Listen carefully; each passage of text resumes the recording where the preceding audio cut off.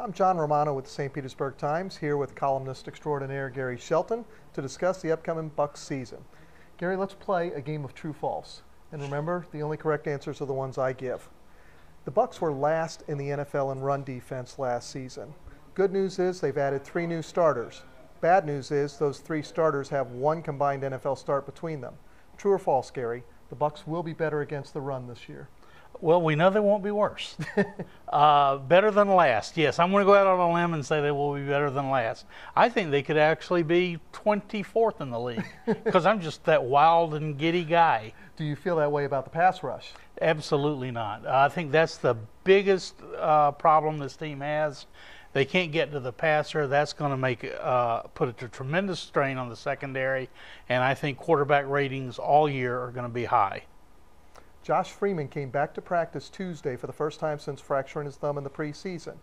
The Bucs said everything was okay after Tuesday, yet Wednesday he had limited amount of practice time. Are the Bucs not taking this injury as serious as it is? True or false? Will this linger into the first month of the season for Josh Freeman? True. I think the Bucs are taking it seriously enough, but they're not talking like they're taking it seriously. But I think that thumb is going to be sore for the first month of the year. I think, accuracy was Josh's problem all along, and now it's going to be a challenge for him to control certain passes, outs. You may see some pick sixes. It's not a good way to start the year. Do you run the risk of actually harming the rest of the season by starting the guy too soon? I mean, are you better off, if it's still a little sore, keeping him out of the Cleveland game? My medical certificate says that it's okay for him to play. All right, Mike Williams has been the star of the preseason, and Michael Clayton, everybody's favorite whipping boy, has been sent packing. The Bucs now have a bunch of new receivers who have combined about 79 more career catches than you and I do.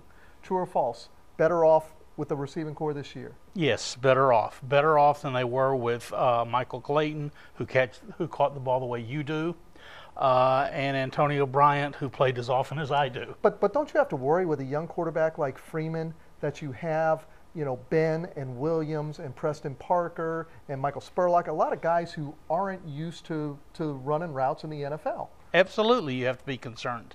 Will they be better this year? Maybe it's a push, but in the long run, they're a lot better, and eventually, Duper and Clayton came in roughly at the same time. Stallworth and Swan came in roughly at the same time. I think you give these guys together and let them grow, and it may cost you an interception or 2 because someone breaks off a route before they should, but eventually I think it'll pay off. Barrett Ruud wants more money.